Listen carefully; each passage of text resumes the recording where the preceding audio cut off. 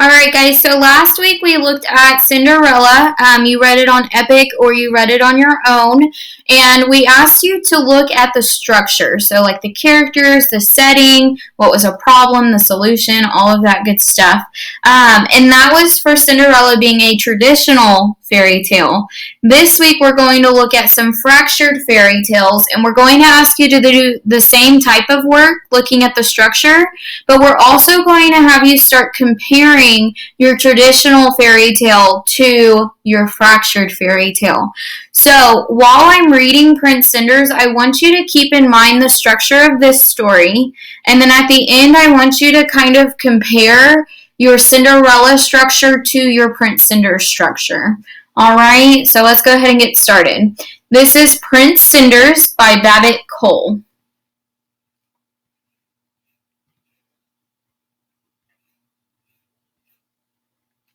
Prince Cinders was not much of a prince. He was small, spotty, scruffy, and skinny.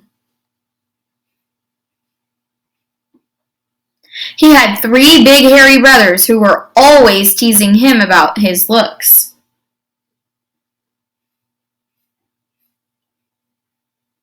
They spent their time going to the palace disco with princess girlfriends. They made poor Prince Cinders stay behind and clean up after them. When his work was done, he would sit by the fire and wish he was big and hairy like his brothers. One Saturday night, when he was washing the socks, a dirty fairy fell down the chimney.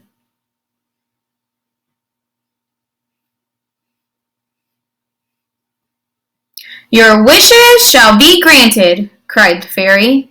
"Ziz, ziz, boom, tic-tac-ta, this empty can shall be a car.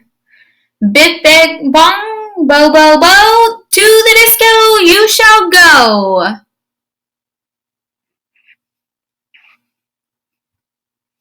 "That can't be right," said the fairy. "Toe of rat, eye of a newt, your rags will turn into a suit." "Drat," thought the fairy. "I didn't mean a swimsuit." "Your greatest wish I'll grant to you. You shall be big and hairy too."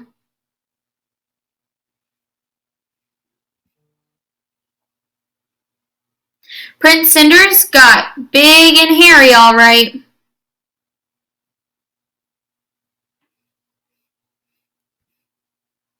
"Rats," said the fairy. "Wrong again, but I'm sure it'll wear off at midnight." Prince Cinders didn't know he was a big hairy monkey because that's the kind of spell it was. He thought he looked pretty good. So off he went to the disco. The car was too small to drive, but he made the best of it.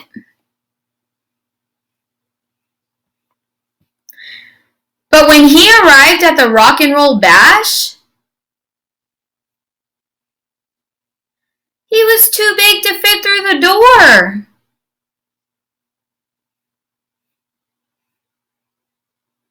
He decided to take the bus home. A pretty princess was waiting at the stop. "Eek!"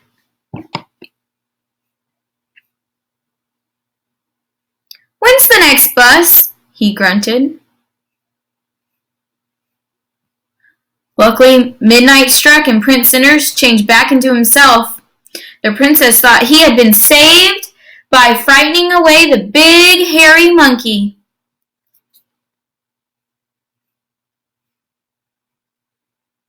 "Wait!" she shouted, but Prince Cinders was too shy. He even lost his trousers in the rush.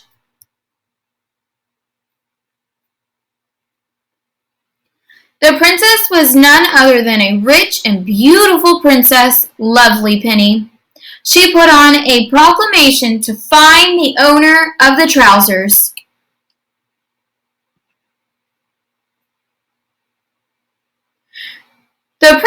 Lovely Penny declares that she will marry whoever fits the trousers lost by the prince who saved her from being eaten by the big hairy monkey. Fitting sessions begin today. P.L.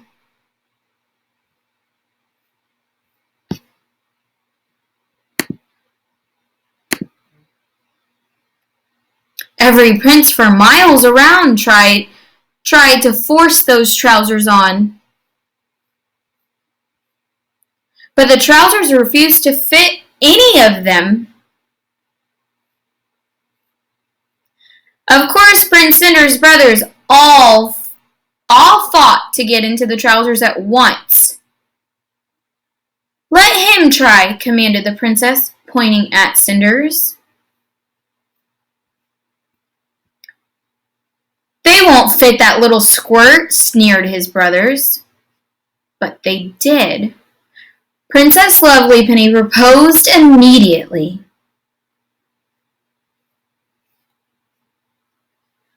So Prince Cinders married Princess Lovelypenny and lived in luxury happily ever after. And Prince Lovelypenny had a word with the fairy about his big, hairy brothers, whom she turned into house fairies, and they flitted around the palace doing housework forever and ever. Alright, so that's the end of the story. I want you to now go look at the writing mini lesson and see what's in store for you. We'll have some fun activities to go with this.